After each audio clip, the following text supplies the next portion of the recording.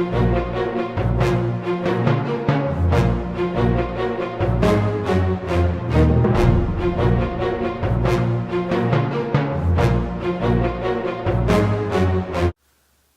everyone, with the JCast Network. I'm your host, Herman. How did Jews survive the Holocaust? Some were hidden, and some had to find innovative ways to escape the Nazis. We had the opportunity to speak with director Tobias and caver Chris Nicola on the new movie, No Place on Earth. Let's take a closer look. There are some movies that when you first read about the synopsis, you can't really get a sense of what it is. And your movie transcends a synopsis because the visuals and the story are so heartening. First, talk a little bit about why you created this movie. It was simply one of the best adventure survival stories I'd ever heard. I'd never heard a Holocaust story like this one before. It's a story of about family, friendship, the bonds of brotherhood, an incredible mother, and what you can accomplish with all that. You're an experienced cave diver, and you were looking to find out about your family and going to the Ukraine. When you first went into the cave, what were some of your feelings when you were descending and then finding some of the remnants of what the survivors left behind?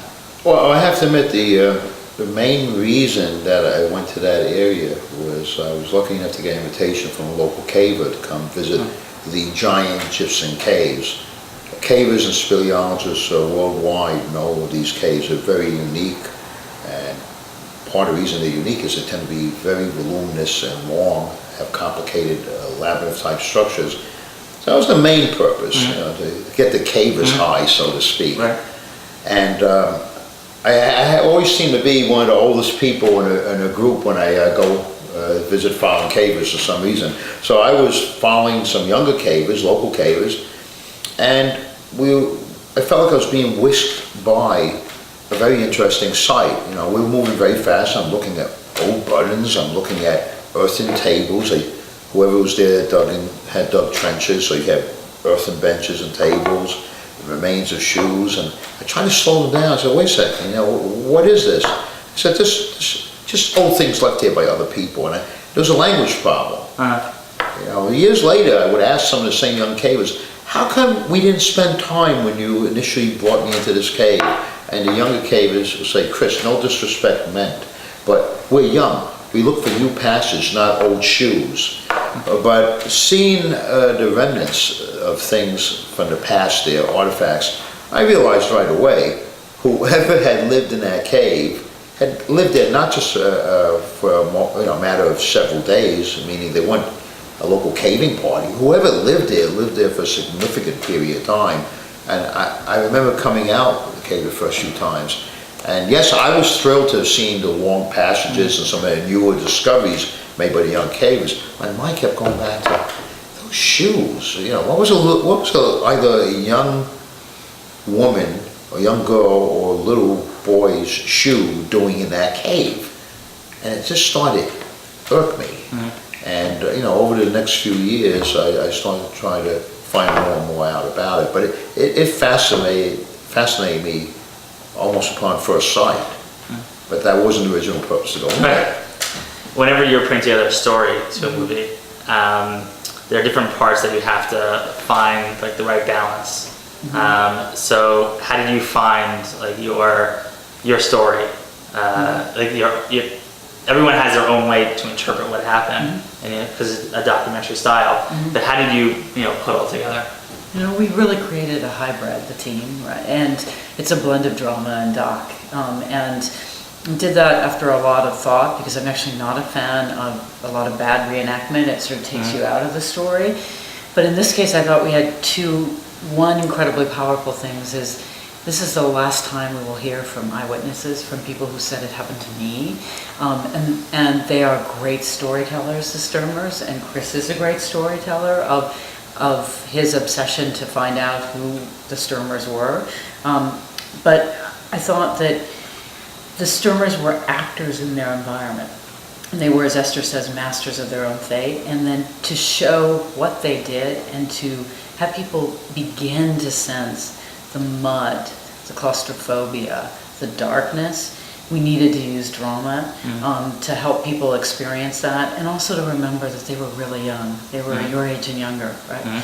And it's really easy sometimes to forget that, to forget what they accomplished. So we created this hybrid, which we thought was the best way of blending the actual facts and the eyewitness testimony with the experience, with a theatrical experience of what it was like to live in the cave for 511 days, 344 uninterrupted days. That was actually one of the really interesting parts of the movie, where that blends, like between you going to the cave and then showing the reenactment. It was like you were thrown into so many different emotions, because you saw your emotion, and then towards the end, you actually saw when they were going down into the cave. It was just like, there's a lot of different moments that I think resonated with the audience, especially at the end when they're actually trying to go into the cave, and then you go with the granddaughter down to the cave.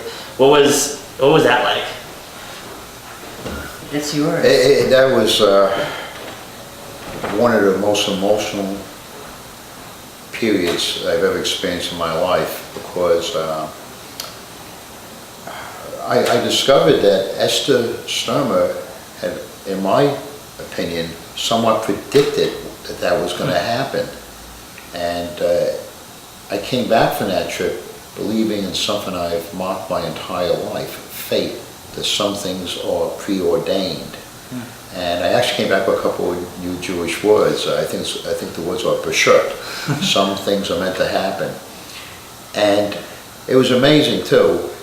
When you accept that there are some things that are meant to happen, and it means there's some things you can't change, there's no need to worry about them, and it takes a weight off your shoulders. So this project affected me for life. There was another very emotional moment.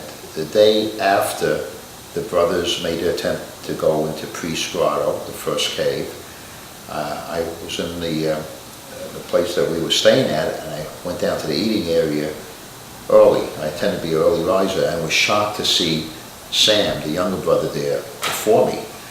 And he said, I've been up since 5:30. And he said, I had a dream last night. I dreamt of my mother, and I dreamt I was picking her up from temple the way I used to, and she was dressed in her finest dress. And she looked at me and said, it's okay, son, you don't have to wait for me, I can go by myself. Wow. How did the community relate to you during filming? How's the relationship? You mean the local? The locals, yeah. Obviously, when you're going to these locations, there's a lot of... It's not all a happy story, there's some shades of the dark from the past. I mean, historically, it's well known that many of the Ukrainians collaborate with the Nazis. With that being said, there was one Polish family and one Ukrainian family that stuck by the Sturmers, and they helped them in terms of sometimes giving them food to survive. But you could feel the tension in the air. And sadly, the Soviet resistance fighters known as the Bandera, in some circles in Western Ukraine, are looked upon as national heroes. And they murdered many Jews. So. What are you hoping audiences will take away from the film? I think it's a film about the power of the bonds of family and friendship, that those bonds really matter. Those bonds keep you alive. They make you do impossibly brave things if you're a teenage boy or a young man.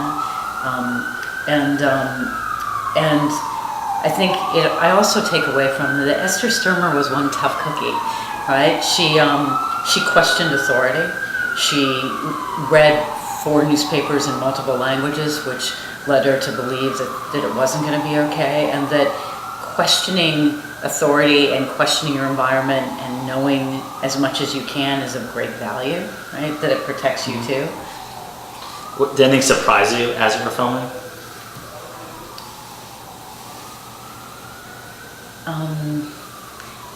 I think I was surprised. I was surprised a little bit in Ukraine by, I think when traumatic, life-changing things happen to us, that a part of us remains that age forever.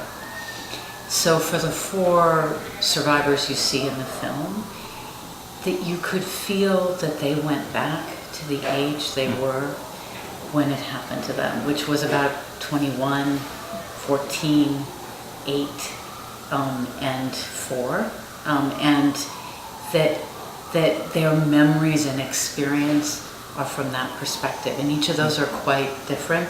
And I maybe should have known that as a filmmaker, but it was really apparent when we were there. And I can agree. There's one scene where I'm leading Saul Sturmer, the older of the 2 brothers, into the first cave, the Tabor Cave, and I felt like he was looking at things the way he did 67 years before that, and that I was privileged to be there with him. It was almost like going in a time machine, going back in time. It was an amazing feeling. Yeah, there was a scene at the end when they said turn off the lights. that's actually what I was going to say. Is that's the final Right. thing that would surprise me, which is Right. at the end of the day, the world turned upside down. The dark, scary place of ghosts and nightmares became the safe mother place that protected them. And as Esther writes, the evil spirits were outside. And so the cave was their partner and their friend. Nature was their friend, and human beings were their enemies. Yeah. And as a caver, I'm sorry, go ahead. No, that's it. Now, as a caver, exploring caves for over 35 years, I can tell you I'm comfortable in a cave. I'm more comfortable in a cave than on the street. In fact, I tend to get claustrophobic now only upon the first 2 or 3 days back in New York. Because you have to understand, I could be out there on expeditions for 3, 4, 5 weeks and see sometimes just 6 people. It's unbearable my first 3 days back to work when I'm using the subway and the bus, and within a half hour I'm within 3 feet of 500 people. But when I'm caving, I'm comfortable. And the Sturmers will tell you, most of them will tell you, when they think back to where they were, that was their security blanket. They felt comfort in the darkness. And as Janet mentioned, they were masters of their own fate. Just as Esther said in her memoirs, when they were trying to figure out where they would go, they said, wherever we go, we need to be masters of our own fate. And they ended up discovering one of the longest caves in the world, an underground universe. So they were masters of their own fate. No, it's when seeing you maneuver in the caves and then go back to like the reenactments, like you kind of feel like, wow, this is like they actually did this. Like this, it was like instinct. They didn't have the tools, didn't have the psychological preparation to go into it. They did like, it's go time. You gotta go, and that's it. And again, they were amateurs when they went in the cave, but they, through trial and error, thinking out of the box, they taught themselves to be world-class cavers. No, I think I often think I or lots of people in the modern world wouldn't make it, right? They were actors. They created sleds, they built beds, they did things. They weren't contemplating how bad it was, what the philosophically meant. They knew they had to get things done, and they were master actors on their environment. As you can see, No Place on Earth is a powerful film about Jewish resistance and survival. This is our own Herman, and thank you for watching.